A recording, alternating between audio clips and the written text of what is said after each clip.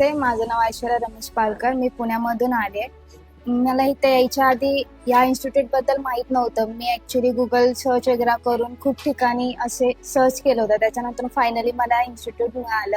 जेव्हा मी इथं आले किंवा जेव्हा मी इथे कॉलवरती बोलत होते त्यावेळेस मला आयडिया नव्हती की हे इन्स्टिट्यूट कसं असेल किंवा इथे राहण्याची सोय कशी असेल किंवा जेवण कसं असेल. ॲक्च्युली मुलगी बाहेर राहणं म्हणजे आपल्या घरच्यांना पण टेन्शन येतंच. नॉर्मली फॅमिलीमध्ये क्वेश्चन मार्क येतंच की बाबा मुलगी आहे, एवढा लांब कसं पाठवायचं, एका सिटीमधून दुसऱ्या सिटीमध्ये, एका गावामधून दुसऱ्या गावामध्ये कसं यावं, हे प्रत्येकाच्याच क्वेश्चन मार्क असतंच. की इव्हन मला पण हा क्वेश्चन पडला होता, माझ्या फॅमिलीला पण पडला होता.